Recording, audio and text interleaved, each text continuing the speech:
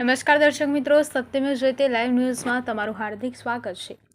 વડોદરામાં કન્યાકુમારનો કટાક્ષ ગુજરાતીઓ મોદીને અમિતાભ માને છે।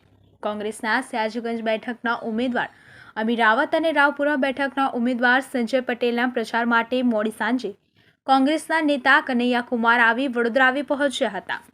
કનૈયાકુમારે કહ્યું કે જો કોઈ ગૃહમંત્રીએ પોતાના પુત્રને BCCI સેક્રેટરી બનાવવાનો અધિકાર છે તો ગરીબ લોકોને પણ પોતાના બાળકોના ભવિષ્ય વિશે વિચારવાનો અધિકાર છે। જો રોટલીને 5 મિનિટથી તવા પર રાખીએ તો બળી જાય છે, એમાં 5 વર્ષમાં સરકાર પણ બદલવી જોઈએ।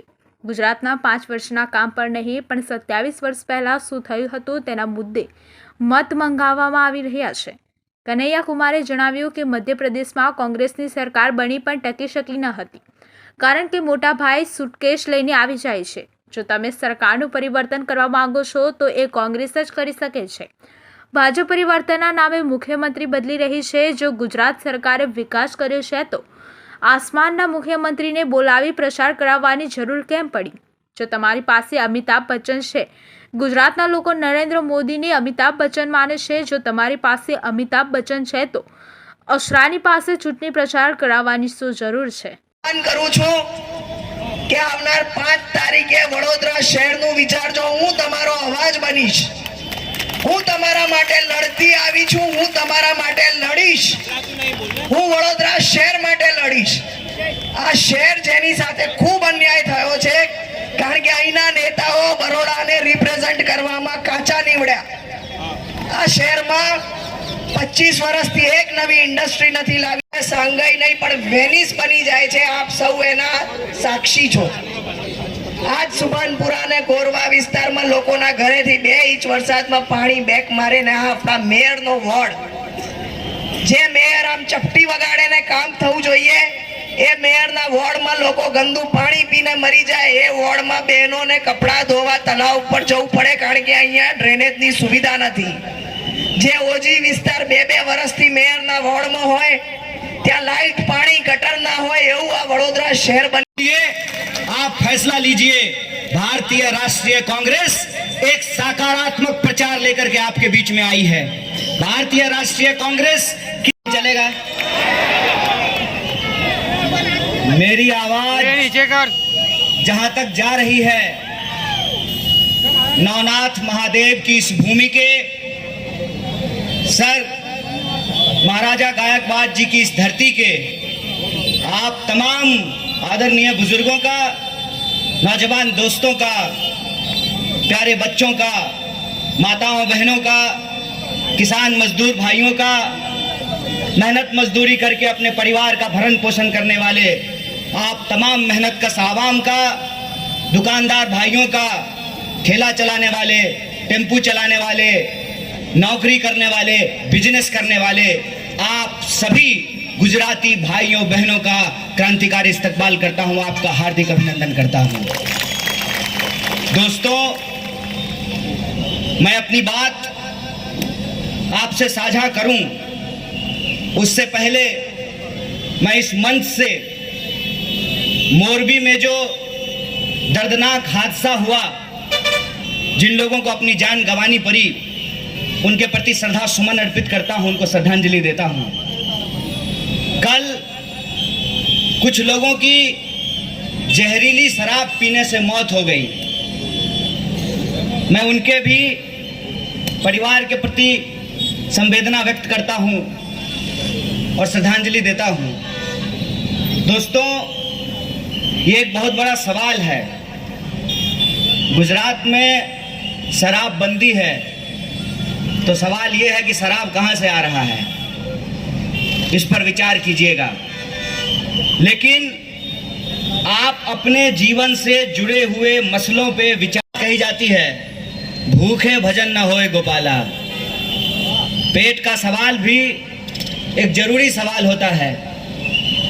और मैं बिहार से आता हूं। इस शहर में भी कई ऐसे लोग हैं जो बिहार और उत्तर प्रदेश से चल करके रोजी रोजगार के लिए इस शहर में रहते हैं और काम करते हैं। मैं जानता हूं कि लोगों के लिए रोजी रोटी कपड़ा मकान का सवाल कितना बड़ा सवाल है। मुझे मालूम है कि बड़ी मुश्किल से माँ बाप अपना पेट काट करके अपने बच्चों को पढ़ाते लिखाते हैं, महंगी शिक्षा खरीदते हैं, जो उनके औकात से बाहर की शिक्षा है उसको अपने खून पसीने की कमाई से खरीदते हैं, अपने बच्चों को पढ़ाते हैं इस उम्मीद में कि बच्चे को एक दिन नौकरी मिलेगी, बच्चा हमारे जीवन का कायाकल्प करेगा।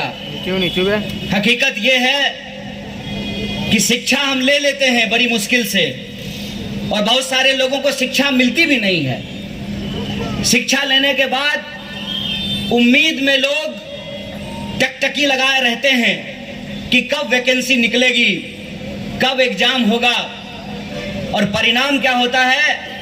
पहले तो वैकेंसी नहीं आती है, वैकेंसी आती है तो एग्जाम सही टाइम पे नहीं होता है, एग्जाम अगर सही टाइम पे हो जाए तो एग्जाम में धांधली होती है, प्रश्न पत्र लीक हो जाता है। पूरा का पूरा हमारा जीवन रोजी रोटी के गंभीर सवाल से गुजर रहा है। लेकिन आप ये महसूस करेंगे कि आपके जीवन के रोजमर्रे का जो सवाल है उसको राजनीतिक विमर्श से गायब कर दिया गया है, उसको चुनाव से हटा दिया गया है। मैं जब रास्ते से आ रहा था तो मैंने अपने साथी को पूछा कि ये जो पुल है ये कितने साल से बन रहा है? उन्होंने कहा 5 साल से बन रहा है। 5 साल से, 5 साल में वही लोग दोबारा जो 2017 में सरकार बनाए थे वो 2022 में सरकार बनाने के लिए आपसे वोट मांग रहे हैं, लेकिन 5 साल में उनसे पुल नहीं बन पा रहा है। इसको सोचिएगा, इस पे विचार कीजिएगा कि जब चुनाव हो रहा है तो आपके मसले क्या हैं। जब चुनाव हो रहा है तो इस सवाल पे होना चाहिए ना कि घड़ी बनाने वाली कंपनी को पुल बनाने का ठेका क्यों दिया गया है। सवाल इस पे होना चाहिए ना कि क्यों सरकारी स्कूलों को बंद किया जा रहा है। सवाल इस पे होना चाहिए ना कि गुजरात पुलिस में 2 तरह के फोर्स हैं, एक वो जो परमानेंट हैं, एक वो जिनको ठेके पे बहाल किया गया है। डंडा लेकर के ड्यूटी दोनों कर रहे हैं, लेकिन सैलरी दोनों को अलग अलग दिया जा रहा है। सवाल इस पे होना चाहिए ना, यहाँ बुजुर्ग लोग बैठे हुए हैं, कि आपने अपनी पूरी जिंदगी सरकार और समाज की सेवा में लगा दी और आज जब बुढ़ापा है तो आपके पास पेंशन की गारंटी नहीं है। सवाल इस पे होना चाहिए ना कि गुजरात के किसानों को भी उनके फसल का दाम क्यों नहीं मिल रहा है। सवाल इस पे होनी चाहिए ना कि किसान को टमाटर का दाम मिलता है 5 रुपया और हम टमाटर खरीदते हैं 50 रुपए में। ये जो हमारे बुनियादी सवाल हैं इसको राजनीति से गायब कर दिया गया है। तो मैं आपको सिर्फ इतना कहने के लिए आया हूं, मैं आपसे आपका वोट मांगने नहीं आया हूं, मैं सिर्फ आपसे ये अपील करने के लिए आया हूं कि आप सरदार वल्लभ भाई पटेल की धरती के महान लोग हैं। आप मोहनदास करमचंद लोग कांग्रेस को हरा करके और भाजपा को चुनाव जिताने के लिए चुनाव लड़ रहे हैं। हमने कहा ना आपको, कुछ लोग अंतर्राष्ट्रीय पार्टी बनने के लिए और कुछ लोग राष्ट्रीय पार्टी बनने के लिए चुनाव लड़ रहे हैं। मैं आपसे ये आग्रह करने के लिए आया हूं कि एक कहावत है, कोई अपने दही को खट्टा नहीं कहता है। चुनाव प्रचार करने के लिए अगर कोई नेता आता है तो अपनी पार्टी के बारे में अच्छी अच्छी बातें करता है, अपने कैंडिडेट के बारे में अच्छी अच्छी बातें करता है, लेकिन मैं उन प्रत्याशियों का चुनाव प्रचार करने के लिए जाता हूं जिस प्रत्याशी के बारे में मैं दावे के साथ कह रहा हूं कि कुछ भी हो जाए हमारा प्रत्याशी गलत नहीं हो सकता है। आप बताइए, मैं नहीं बोलूंगा, आप बताइए कि बड़ोदरा के लोगों के हक और अधिकार के लिए मैडम लड़ती हैं कि नहीं लड़ती हैं? एक मजबूत विपक्ष की भूमिका निभाती हैं कि नहीं निभाती हैं? मुझे गुजराती बोलना नहीं आता, लेकिन इतनी जरूर समझ में आता है कि ये कह रही थी कि हमारा एकमात्र मुद्दा है, हमारा मुद्दा है बड़ोदरा का विकास। तो आप तय कर लीजिए कि आपको ग्लोबल और नेशनल लीडर चुनना है कि एक पढ़ा लिखा कर्मठ टेक्नोक्रेट ईमानदार लोकल लीडर चुनना है। फैसला आपको करना है। हम बस एक आखिरी बात बोल करके अपनी बात को खत्म करेंगे। हमारा अनुभव यह है साहब कि मन में अगर दुविधा हो ना तो सड़क पार करते हुए एक्सीडेंट हो जाता है। तैराक को तैरते हुए अगर मन में दुविधा हो जाए तो तैराक पानी में डूब जाता है। हम बिहार से हैं, आप गुजरात से हैं। गुजरात के लोगों का गणित हमसे ज्यादा अच्छा है। आप बताइए 40% वाला लोग जीत सकता है कि 0% वाला जीत सकता है? 2017 में जो चूक हुई थी उस चूक को ठीक करने का वक्त है। और जब आर पार की बात हो ना तो एक मुश्त निर्णय लेने की जरूरत होती है। और अगर एक मुश्त निर्णय लीजिएगा, अगर दो तरह के वोट में आप किसके साथ हैं इसका फैसला अगर आप एक मन से कीजिएगा तो मैं आपको इस बात की गारंटी लेता हूं कि दुनिया का कोई सूटकेस ऐसा नहीं है जो आपकी चुनी हुई सरकार को खरीद ले, आपकी चुनी हुई सरकार को गिरा दे। नहीं है तो सरकार को आप पलट दीजिए। यही फर्क होता है ना। और आपके महाराज सर गायकवाड़ जी इस बात को समझते थे, राजा का बेटा राजा होगा ऐसा कानून अब इस देश में नहीं है। जनता जिसको राजा बनाएगी वो राजा होगा और जनता जिसको नहीं बनाएगी वो राजा नहीं होगा।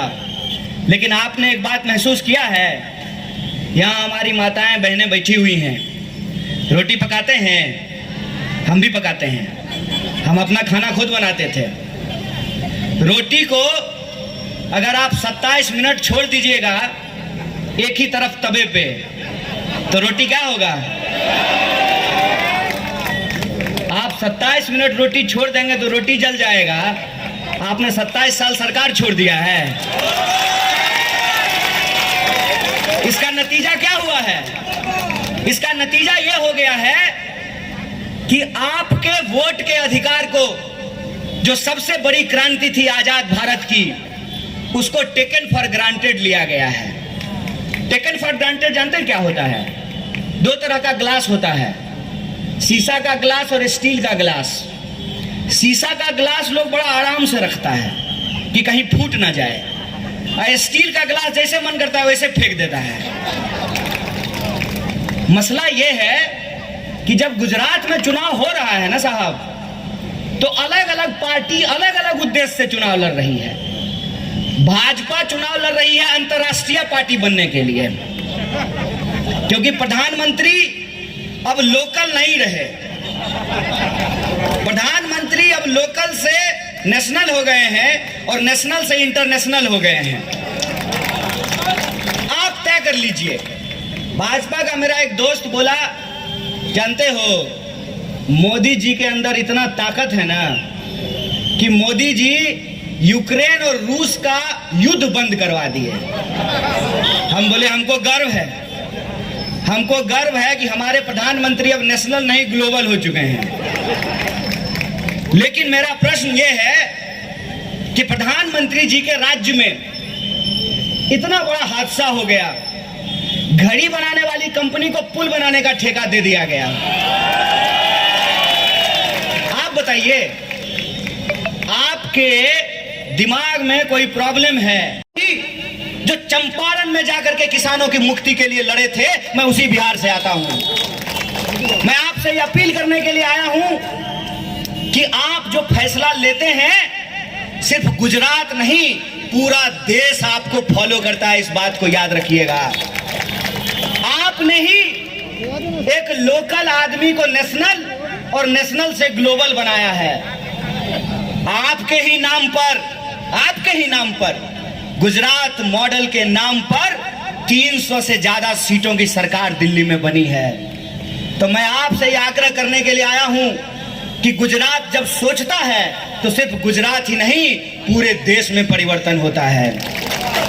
आप जब वोट देने के लिए जाइएगा तो आपके कंधे पे ये जिम्मेवारी है कि आपको खुद के बारे में, अपने आने वाली पीढ़ी के बारे में, इस देश के लोकतंत्र के बारे में, और जो आपका मुद्दा है, जब इस देश में गृह मंत्री को यह अधिकार है कि उसका ठीकरा जो है वो बीसीसीआई का सेक्रेटरी बन सकता है। तो क्या इस देश के आम लोगों को यह अधिकार नहीं है कि वो अपने रोजी रोटी के सवाल पे विमर्श करें, वो अपने रोजी रोटी के सवाल पे फैसला लें? तो मैं आपसे यह आग्रह करने के लिए आया हूं कि ये चुनाव सिर्फ गुजरात का नहीं, पूरे देश का मुस्तकबिल तय करने वाला है। इस बात को याद रखिएगा। इसीलिए मैं आपसे यह आग्रह करता हूं, मेरा अनुभव बहुत छोटा है, मेरा उम्र भी कम है, लेकिन यहां जो अनुभवी लोग बैठे हैं वो इस बात पे विचार करें और सोच करके बताएं। भारतीय राष्ट्रीय कांग्रेस 2017 में भी भाजपा को हरा करके, गुजरात की जनता को जिता करके सरकार बनाने के लिए चुनाव लड़ रही थी। भारतीय राष्ट्रीय कांग्रेस 2022 में भी यह जो मोरबी के अपराधी हैं, यह जो शराबबंदी होने के बाद भी नकली शराब का जो धंधा चल रहा है, किसानों को जो उनके फसल का दाम नहीं मिल रहा, आम लोगों को 10 रुपए यूनिट बिजली खरीदनी पड़ रही है, शिक्षा महंगा हुआ, चिकित्सा महंगा हुआ, सड़क पे चलना महंगा हुआ, गाड़ी खरीदना महंगा हुआ, गाड़ी में पेट्रोल डलवाना महंगा हुआ। इस शक्ति को हरा करके गुजरात के जो आम आवाम हैं, जिसको गर्वी गुजरात बोलते हैं, उस गर्व के लिए चुनाव लड़ रहे हैं। करवाते हैं कि न्यूरोलॉजिस्ट से इलाज करवाते हैं। घड़ी बनाने वाला पुल बनाएगा तो हादसा होगा कि नहीं होगा? जिसको कार नहीं चलाने के लिए आता है, उसको आप हवाई जहाज उड़ाने के लिए दे दीजिएगा, एक्सीडेंट होगा कि नहीं होगा? तो इस गुजरात में ना 2 तरह के वोट हैं, इस बात को याद रखिएगा।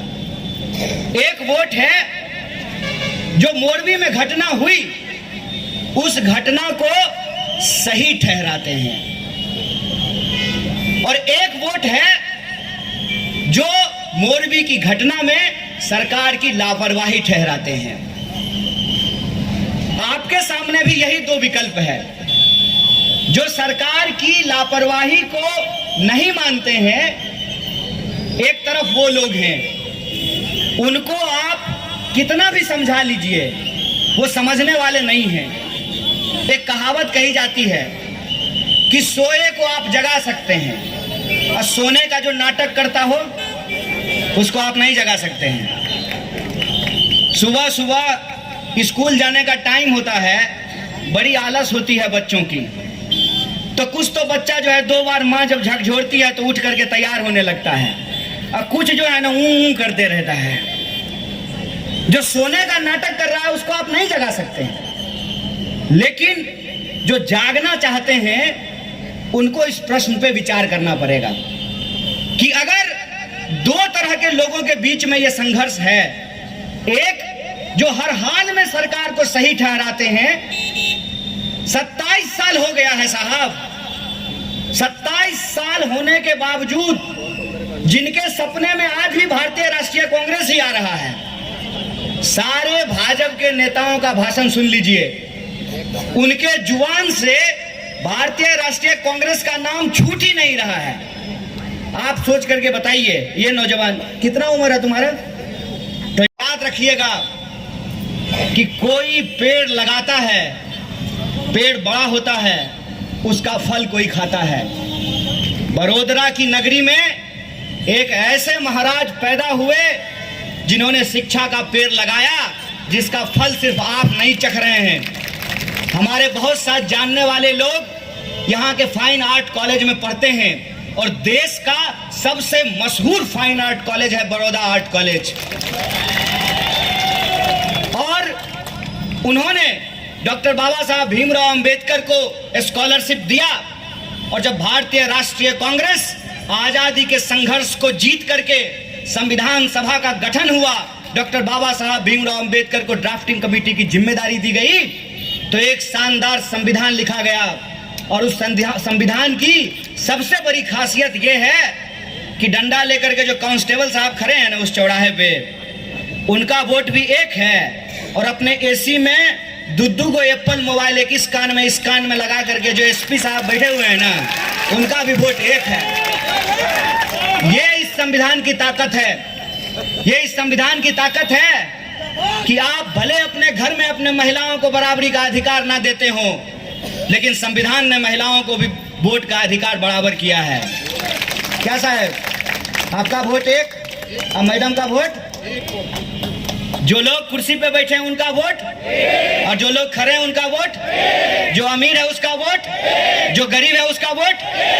ये वोट का जो अधिकार है इस देश में सबसे बड़ी क्रांति है, इस बात को याद रखिएगा।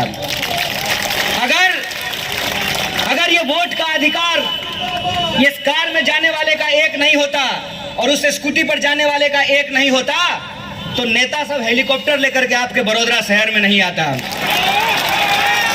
ये वोट का अधिकार है, ये वोट का अधिकार है कि सरकार जो अहमदाबाद के रेड सिग्नल से कभी आगे नहीं बढ़ती है उसको भी इस 5 साल से नहीं बनने वाले पुल से गुजरना पड़ता है। ये वोट का अधिकार है जिसने इस देश के आम लोगों को यह अधिकार दिया है कि आप 5 साल के लिए सरकार चुनिए। 5 साल अगर सरकार काम नहीं करती है उसका रिपोर्ट कार्ड बनाइए। अगर समझदारी है, और मैं ये समझता हूं कि कोई आदमी बिहार से आकर के, उत्तर प्रदेश से आकर के, आसाम से आकर के, दिल्ली से आकर के आपको ये नहीं बता सकता है कि गुजरात के लोगों को क्या करना चाहिए, क्योंकि ये बड़ोदरा की नगरी है। ये वो नगरी है जहां का महाराजा भी जमहूरियत में विश्वास करता था, जहां का महाराजा भी महिलाओं की शिक्षा को आगे बढ़ाने की बात करता था, जहां का महाराजा भी डॉक्टर बाबा साहब भीमराव अंबेडकर को स्कॉलरशिप दिए थे, जहां के महाराजा ने भी एक ऐसा शानदार ड्रेनेज सिस्टम बनाया जिसकी चर्चा आज भी वैज्ञानिक करते हैं, जहां के महाराजा ने अंग्रेजी में शिक्षा देनी शुरू की। और मुझे गर्व है कि हमारी प्रत्याशी पढ़ी लिखी हैं, टेक्नोक्रेट हैं, अंग्रेजी शिक्षा लेकर के आए हैं और बड़ोदरा के लोगों के लिए काम करना चाहती हैं। तो मुझे ये औकात नहीं है, ना मेरी ये हैसियत है कि मैं आपको बताऊं कि आपको क्या करना चाहिए, लेकिन कुछ बातें हैं जो मैं आपसे साझा करना चाहता हूं। दिल का कुछ दर्द है जो मैं आपसे साझा करना चाहता हूं। और एक यात्रा चल रही है, भारत जोड़ो यात्रा। उस यात्रा की भावनाएं मैं आपके सामने व्यक्त करना चाहता हूं। आप इस बात के लिए पूरी तरह से निश्चिंत रहिए कि लोकतंत्र में जनता का फैसला सर्वोपरि होता है। आप किसको वोट देंगे ये आपका अधिकार है। बस इस देश का नौजवान होने के नाते, इस देश के नौजवानों के बिहाफ पर, इस देश के महिलाओं के बिहाफ पर, इस देश के किसानों के बिहाफ पर, इस देश के छोटे व्यापारियों के बिहाफ पर, इस देश के मजदूरों के बिहाफ पर मैं आपसे कुछ गुजारिश करना चाहता हूं। तो गुजरात में नहीं देखे हो ना, 27 साल से भाजपा का सरकार है ना। एक पूरी की पूरी पीढ़ी गुजरात में ऐसी पैदा हो गई है जो कांग्रेस का सरकार देखी ही नहीं है। उस पीढ़ी को भी देश के गृह मंत्री डरा रहे हैं। और जो कोई डराता हो ना, तो इस बात को हमको समझ लेना चाहिए कि अगर कोई दार्शनिक, कोई साधु, कोई मौलाना, कोई राजनीतिज्ञ आपको अंधेरे का डर दिखाता है ना, तो वो असल में अपनी कंपनी का टॉर्च बेचना चाहता है। हमको, बड़ोदरा के लोगों को इस बात का गर्व होना चाहिए कि जब देश में लोग शिक्षा के बारे में सोचते भी नहीं थे, इस देश का इतिहास ऐसा रहा है कि शिक्षा लेने के चलते द्रोणाचार्य ने एकलव्य को तो शिक्षा दिया भी नहीं था, लेकिन बदले में उसका अंगूठा काट लिया था। शिक्षा का महत्व जो राज्य समझता हो, तो शिक्षा इंसान को अंधेरे की तरफ नहीं, प्रकाश की तरफ ले जाता है, ज्ञान की तरफ ले जाता है। आप सोच करके हमको बताइए, 27 साल से भाजपा की सरकार है और भाजपा उसी मुद्दे पे वोट मांगने के लिए तैयार है। यह प्रश्न आपको सोचना चाहिए ना कि जब आप अपना मोटरसाइकिल लेकर के पेट्रोल पंप पे जाते हैं, 100 रुपए लीटर में आप पेट्रोल खरीदते हैं, 10 रुपये यूनिट में जो है आप बिजली खरीदते हैं।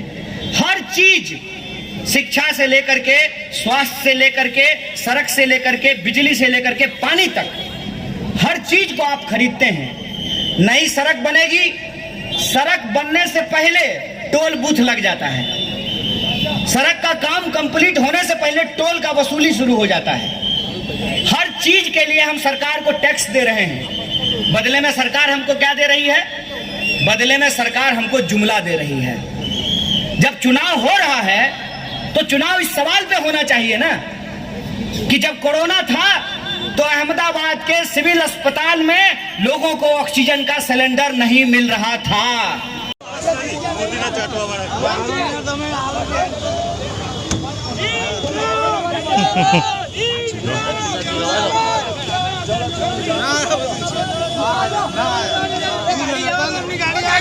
गाड़ी